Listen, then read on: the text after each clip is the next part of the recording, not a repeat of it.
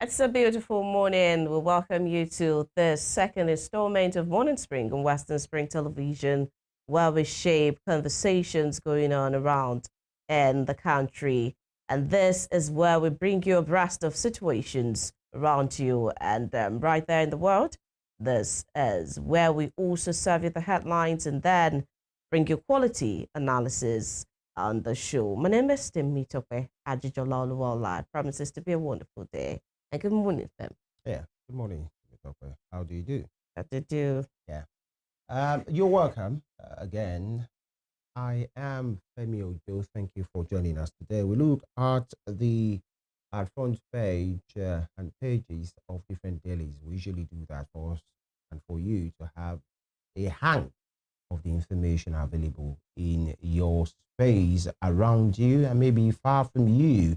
And of course, at the other side of that, we then get talking about these issues, and that is exactly what we will do right now. A lot has been happening, actually, local level, back and forth. The Guba election in Ocean State is just in 3, 4, 5 months from now, 5 months actually, August 15, and so the Glasgow is has started in a kind of way. But by March 11, actually, it will be the real day for the campaigns. And of course, there will be accusations, counter accusations, allegations, counter allegations. The mudslinging that we know are politics for, that we know politics for. So let me just say our politics for actually will kickstart in earnest. And of course, but trust us to be on this march beyond what politicians will do. We will ask the critical questions and interrogate the promises as well that will be made by candidates and ask for timelines. And that's why I'm speaking about this today. This is not the time. I think we are way past when somebody will say, I'll do this and do that. We must ask the person, how will you do it? When will you do it? That's very important because we must take our elective office holders or the ones that are there right now by their words and by their timelines. There should be deliverables that are timed. Schools and all of those things, when? Is it your first 6 months? Is it your first? So that somebody will tell us soon. Soon. Soon in politics could be the second time of that person. Soon. And they begin to give you all these kind of excuses. Number two is, how will you do it? You are telling us that you are going to create 1 million jobs. Tell us how you will do it. Give us the metrics. In which sector will you create what job? In agriculture. Because when you say 1 million jobs, actually, in agriculture, how many are we expecting? In civil service, how many? In entrepreneurship, how many? Because these are the questions we must be asking. I think it's high time we started taking them by their, and they should know. In fact, they should think twice before running for office, because you know that everybody will be on your neck. We know politicians will always give promises, and they know that. But it's high time they started knowing that some persons are watching, and they will ask questions, irrespective of if you are my brother or you speak the same dialect together. Because whatever you do have a way of affecting everybody. If you do well, the better for us. Actually, that's one part of my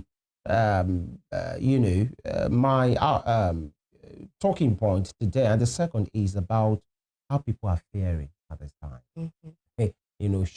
Petrol sales sold around 1,200 naira by the close of the day. Some even talked about 1,250.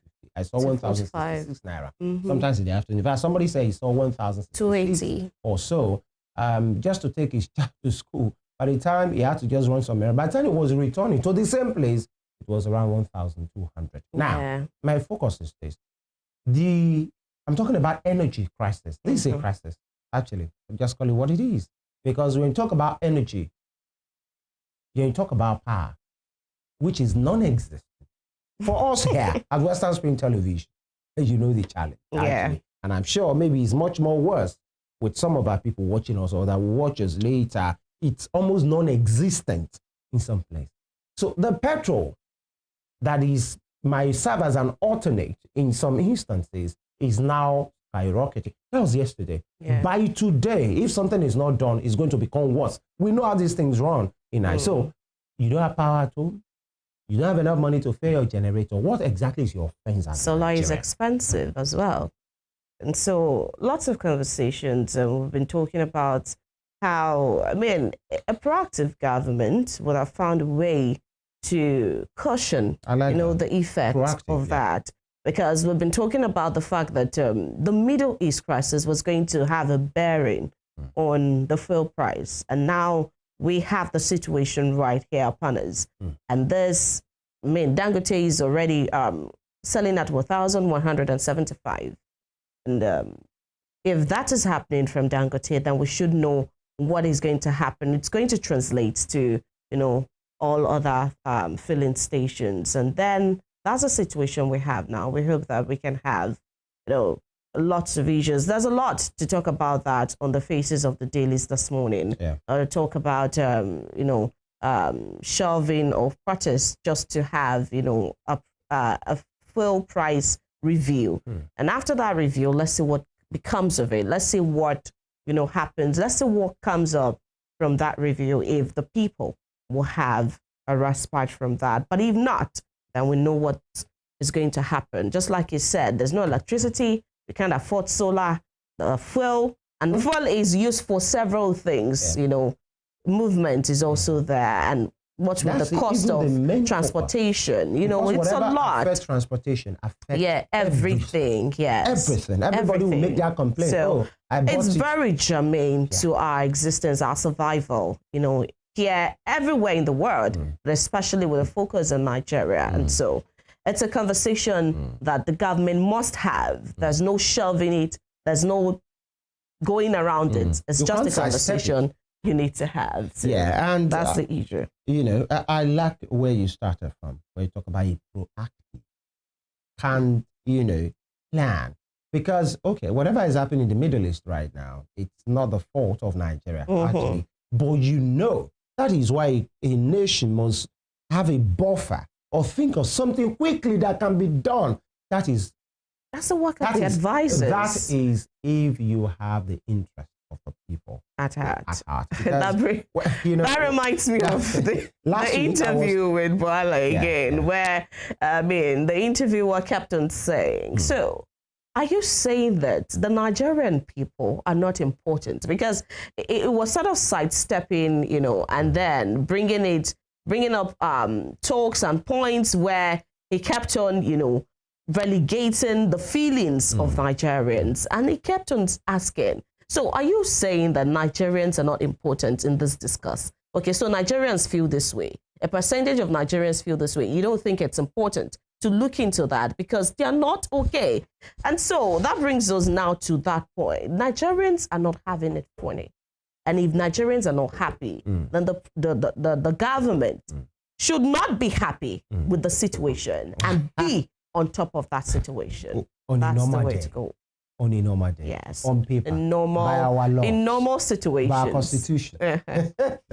Last week I was just, reflecting on some certain things, and I thought to myself, Nigerians are complaining about the epilepsy power supply and all of those things. Are you aware that the Aso Rock is off the national grid?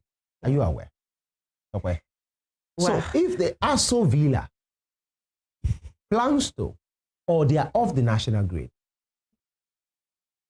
do the math. Where's the connection? I understand. So how can they feel whatever you are feeling? That brings us back to the point where they talked about the budget for solar. Yeah.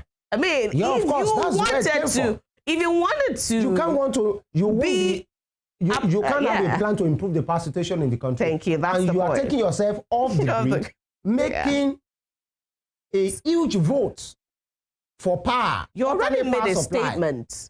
This is not going to be a situation that can be resolved soon, anytime soon. And so, because if it's working, they will not disconnect from it. Yeah. So the villa is off or plans to be Femi, off the it's national not only grid. about So if it's working. How can you now tell it's about at the villa? if it's going to work anytime soon. I mean, we can have the crisis on our hands. People do. Yeah. But the foreseeable future, you should have a plan. But the plan was, that's the statement by their action. We don't see any way we can be out of this, at least not in this 4 years. That's the inference. That's what means that we can, draw from that. Whatever is happening here, guys, cut us Nothing. off. Yeah. This is not working. Either because the money is too much, the tariff, Yeah. or we are not having the service, give us an alternate pass supply. So the villa is off the grid. So how can you now expect people from the villa to do anything? But then we will hold the president accountable. I saw that video early in the morning today while preparing, when he talked about you won't have to pay something. Power situation will improve. You will have power. That's Mr. President. And if you don't have it, when I come, if I run for second time, don't vote for me. This was his gesture. Don't vote for me. The thing is, we won't allow you. We will not only ask you questions when you are coming, because that's quite funny.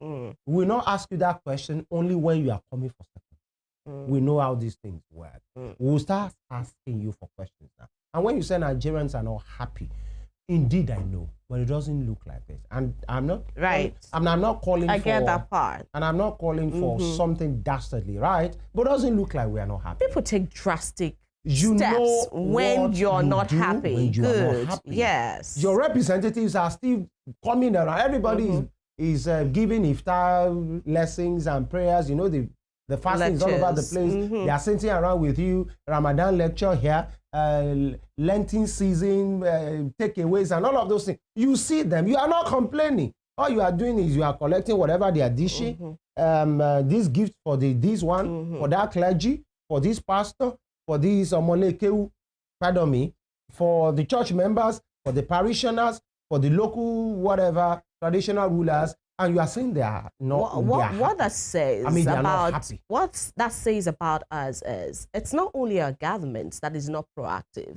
Even as a people, we are not proactive. We are very, very docile.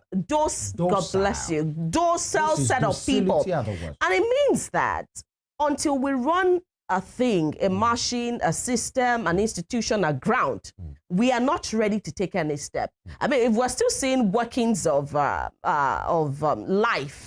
in a thing, we still feel that things are normal. Of course, especially it might be decaying in a part, but we try to cut that part off and continue with the other. We don't know that it's going to fester again. When that happens, what will happen then? So we don't work towards a future that is free of that problem. We just want to solve that thing for the immediate term. For not a few people. Exactly. Put that in place. Yes. So you might want to imagine, as we hit the bricks right now, I will come with the newspaper segment, right? You don't want to put yourself in the position of a welder. The power is not available. You can't afford the petrol price. Tailor, hairdresser, people who sell frozen food. Because the power is not even available. IBDC around here keep rolling out, their position on the matter to say gas issues, infrastructure issues, and all of those things. All right. So from 850 to 790 at some point, then to 900 naira, 950, 1,000, 1,200 as of yesterday. We don't know how much we sold yesterday. I was with a commuter yesterday, and we were just discussing. I said, even apart, because there is a people problem, there's a system problem. Apart from the increase in the pump price, right, that is due to so many reasons, right, there is that part of people extorting one another. Yeah, it's now a common knowledge that the issues in the Middle East have affected everything, the way we are told and all of those things. But even if when you are buying 900 naira, there is a distance that you usually told for, let's say, 300 naira, right? Now you are for 900 naira per liter. Now you are buying 1,002, and you took it to 700 naira. Make sense. 900 naira, the price used to be 300 naira, and now that you are buying 1,002, you are taking it to 700 naira. That's more than double. Excuse me. So there is a government problem. There is a people problem, especially around here. Everybody will say, "What you want? Everything. What you want?" And I understand that, but we must do better as a people. But lastly, I don't like to admit this, but I want to be proved wrong. We look like a conquered people as a nation.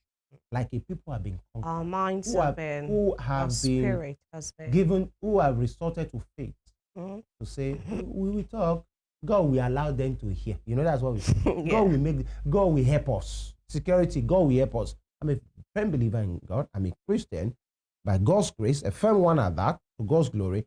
But there are some things I'm sure Baba God in heaven will look down and say, why are you people calling me? Okay, You can handle your affairs. Yeah. Another round of election is upon us in Osun State. People will still make decisions based on funny reasons, in which at the end of the next 4 years belongs to the trajectory of that person you have put in place, because he's your tribesman, he's your church member, he's your martial arts member, he's your this and that. We must do better. Yeah, you know. and two sectors to quickly look into that have been, somewhat privatized and are doing even worse now.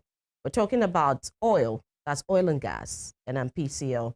And we're talking about electricity right here, doing woefully. So if the government does not want to have anything, just, scrap that. And if it's solar we want to use in Nigeria, let's go for solar fully. That's if we have the money. So it's not like some people are going for solar and some others, the people who elected you and put you there, or by some other people will say you got there, whatever. If that is what will work, if you're not interested in even going to, because you don't even know where to start, that system, that sector has really been bastardized, you don't know what to do, please just go ahead and give us solar. And for NMPCL as well, if we don't want to be recognized as oil producing, let's import fully. Let's know this is where we are headed. And that's it. And of course, people in defense of power will tell you that, that sector has been liberalized, actually. It's no more on the exclusively, it's not concurrently. It's different state governments. That's going to be... can take initiative. That's going to be the argument that will be given by and that conversation, that's going to be the defense. We will have it very soon, especially here in our darling state, the state of the living spring. We take this quick break. When we return, we allow you to see some headlines from front pages of newspaper.